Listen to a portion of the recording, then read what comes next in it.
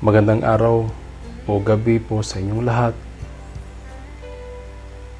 Gusto ko lang pong iparating ang mga kalagayan namin dito sa ibang bansa, yung mga nag-retire na sa abroad. Ang title ng aking isi-share sa inyo ay Sino ba ang homesick? Tandaan ninyo, hindi mayaman ang OFW. We have this notion na pag OFW o nasa abroad ay mayaman na. Hindi totoo yun. A regular OFW might earn from 20 to 30,000 pesos per month. Depende sa locations nila. Yung mga taga-Saudi or US ay mas malaki siguro ang sweldo nila. Malaki ang pangangailangan, kaya karamihan ay nag-a-abroad. Maraming bunganga ang kailangang pakainin, kaya umaalis ang mga people sa Philippines. Madalas, 3/4 o kalahati ng sweldo ay napupunta sa tuition ng anak at gastusin ng pamilya. Mahirap kaya ang maging OFW? Tanong, kailangang magtipid hanggat kaya? Oo, masarap ang pagkain sa abroad, pero madalas na paksiw o adobo at itlog ang tinitira para makaipon lang. Pagdating ng kinsenas o katapusan, ang unang tinitingnan namin ay ang conversion ng peso sa yen, peso sa dollar, peso sa real, dirhams o euro. Mas okay na ang magtiis kami ng konti kaysa gutumin ang pamilya. Kapag umuuwi, kailangan may baon ka, kahit konti lang, kasi maraming kamag-anak ang sumusundo sa airport o naghihintay sa probinsya. Alam mo naman, pag Pinoy, yung chismis na OFW ka, surely attracts a lot of kin. Kapag hindi mo napagbigyan o nabigyan ng pasalubong, magtatampo na yun at sisiraan ka pa. Well, hindi naman lahat, pero I'm sure sa mga OFW may pangyayaring ganun. Magtatrabaho ka sa bansang iba, ang tingin sa mga Pinoy. Malamang marami ang nakaka-experience ng gulang o discriminations to their various workplaces. Sige lang, tiis lang. Iniiyak na nga lang yung iba kasi kawawa naman pamilya pag umuwi sila. Besides, wala ka naman talagang maasahang trabaho sa Philippines ngayon. Mahal ang bigas, ang gatas, ang sardinas, ang upa ng apartment. Tiis lang. Kahit maraming kupal sa trabaho, kahit may sakit, walang nag-aalaga dito, kahit hindi masarap ang tibog, kahit pangit ang working conditions, kahit delikado, todo overtime, kahit mahirap. Kapag nakapagpadala ka na, okay na. Tawag lang, hello, kumusta na kayo? Natanggap niyo na ba ang padala ko? Yung iba, saka lang sila tumatawag pag sabihin nila, Tay, Nay, kailan ka magpapadala? Kailangan na namin.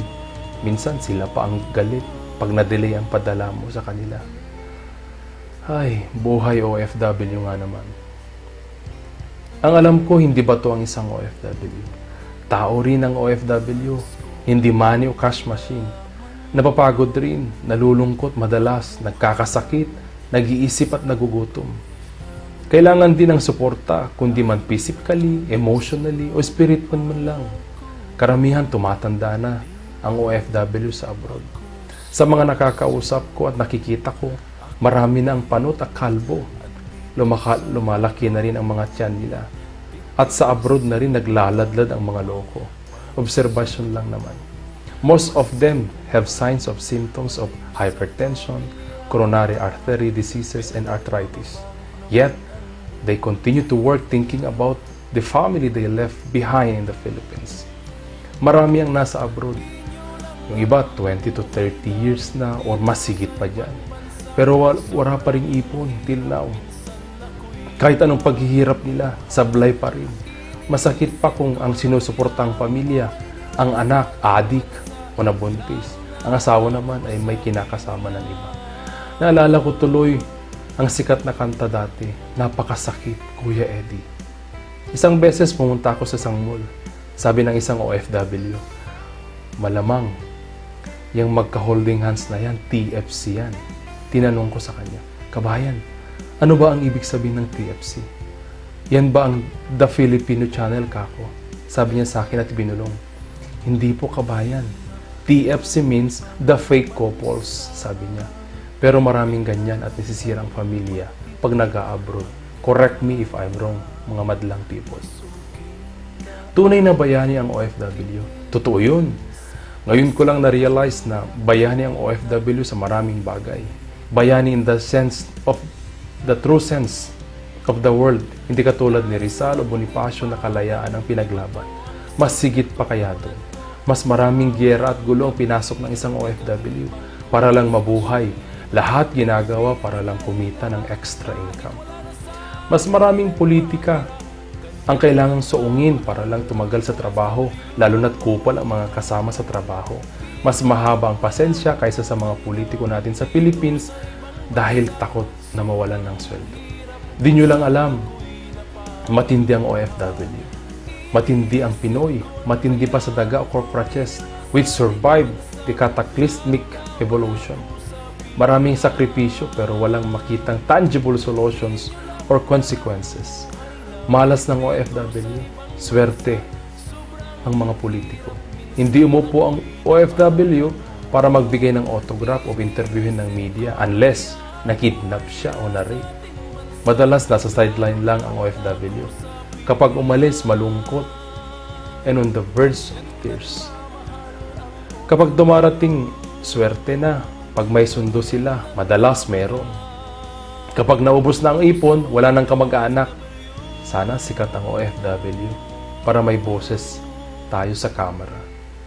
Yung ibang OFW, naiinitan o napapaso ng langis o napapagalitan ng amo nila o kumakain ng paksiw para makatipid o nakatira sila sa compound with conditions less than favorable o nakikisama sa ibang lahi para mabuhay. Ang swerte nila. Sobrang swerte ang ipinanganak na mayaman sa ating bansa. Matatag ang OFW, mas matatag pa sa sundalo o kung ano bang grupo na alam niyo. Magaling sa reverse psychology, negotiations at counter-attacks. Ang tanong, tatagal pa ba ang OFW? Tatagal pa kasi hindi pa natin alam kailan magbabago ang Philippines. Kailan nga kaya? O may tsansa kaya? Masarap isipin na kasama mong pamilya mo sa araw-araw, nakikita mong mga anak mong lumalaki at naalagaan ng maayos. Masarap kumain ng talbos ng kamote, malunggay, sitaw, with bagoong, lechon, inihaw na isda, taba ng talangka. Masarap manood ng pelikulang Pinoy, luma man o bago.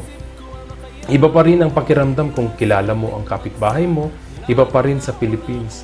Ika nga, it's more fun in the Philippines. Iba pa rin kapag Pinoy ang kasama mo except ibang lahi. Iba pa rin pag nagkwento ka at naiintindihan ng iba ang sinasabi mo. Iba pa rin talaga. As in, iba pa rin. Sige lang, tiis lang, saan ba't darating din ang pag-asa? Kung OFW ka at nakikinig ka ngayon, mabuhay ka dahil ikaw ang tunay at bagong bayani ng lahing Pilipino. Sana yung mga nasa pwesto sa government, matulungan nila ang OFW. Ang mga kapakanan ng Pilipinong halos mamatay na sa paghahanap buhay para lang mabuhay ang kanilang pamilya dito sa ibang bansa. Mabuhay ang Pilipinong OFW, ang mga tunay na bayani ng Pilipinas. Paalala lang po, hindi po ito nagawa dahil sa kathang isip lamang, pero ito po ay 99% na katotohanan at kailanman di pwedeng dayain at ilihim ang tunay na kalagayan namin na nasa ibang bansa para pumatustusan ang kailangan ng aming pamilya. Sana po sa lahat na nakikinig sa akin na may pamilya sa abroad, huwag po niyong samantalahin ang ating pamilya kasi di niyo alam gaano kasakit ang kathang homesick versus dollar. Habang nasa abroad pa ang isa nating pamilya, gamitin po natin sa tamang paraan ang pinaghirapan nila. Maraming salamat po at mabuhay ang bansang Pilipinas at mabuhay ang mga OFW all over the world. Peace lang po. Hirap minsan ako'y napapaluha. Iniisip ko na kaya ang buhay nila sa ating bansa, lalo na wala ko sa piling nila. Ganyan nagmamahal ang nagmamahal. Ang pusong OFW